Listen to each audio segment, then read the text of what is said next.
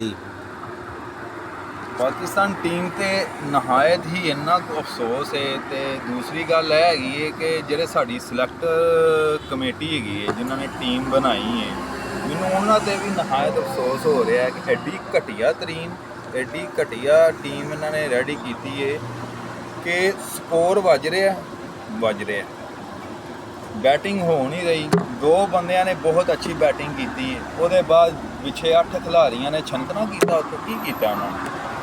ਐਡੀ ਘਟੀਆ ਤਰੀਨ batting, bowling, ਮਿਸਫੀਲਡਿੰਗ ਸਮਝ ਨਹੀਂ ਆ ਰਹੀ ਹੈ। ਸਿਲੈਕਟਰ ਜਿਹੜੇ ਹੈਗੇ ਨੇ ਕੀ ਕਰ ਰਹੇ ਨੇ? ਬਸ ਆਪਣੀਆਂ ਜੇਬਾਂ ਭਾਲ ਰਹੇ ਨੇ। ਇਹਨਾਂ ਨੂੰ ਇਹ ਨਹੀਂ ਪਤਾ ਕਿ ਟੈਲੈਂਟ ਲੈ ਕੇ ਹੀ ਆਈਏ। ਸਿਫਾਰਸ਼ੀ ਭਰਤੀ ਕਰ ਲੈਂਦੇ ਨੇ ਵਿੱਚ ਉਹਨਾਂ ਵਾਸਤੇ, ਉਹਨਾਂ ਨੂੰ ਫਾਇਦਾ ਦਿੰਦੇ ਨੇ। ਜਿਨ੍ਹਾਂ ਦਾ ਹੱਕ ਬਣਦਾ ਉਹਨਾਂ ਨੂੰ ਇਹ ਪੁੱਛਦੇ ਨਹੀਂ ਹੈ।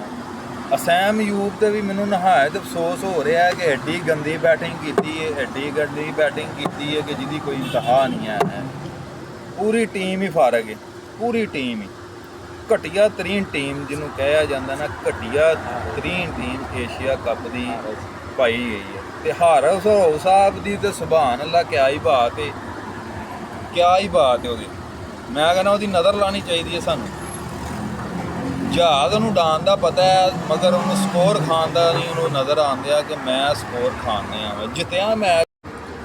ਦੂਸਰੀ ਗੱਲ ਹੈ, ਮੈਂ ਕਰਨਾ ਚਾਹੁੰਦਾ ਕਿ ਇਹਨਾਂ ਨੂੰ 3 ਵਾਰੀ ਮੌਕਾ ਮਿਲਿਆ ਇੰਡੀਆ ਦੀ ਟੀਮ ਨਾਲ ਖੇਲਣ ਦਾ, ਮਗਰ ਇਹਨਾਂ ਨੂੰ ਮੈਂ ਸਮਝ ਨਹੀਂ ਆਉਂਦੀ ਕਿ ਕੀ ਬੰਦਾ ਇਹਨਾਂ ਨੂੰ ਕੀ ਕਵੇ। ਹੁਣ ਜਦੋਂ ਵੀ ਬੰਦਾ ਉਮੀਦ ਲਾ ਕੇ ਇਹਨਾਂ ਕੋਲੋਂ ਬਹਿੰਦਾ ਨਾ, ਇਹ ਉਦੋਂ ਹੀ ਡਿਸਪੁਆਇੰਟ ਕਰ ਦਿੰਦੇ ਨੇ ਬੰਦਿਆਂ ਨੂੰ।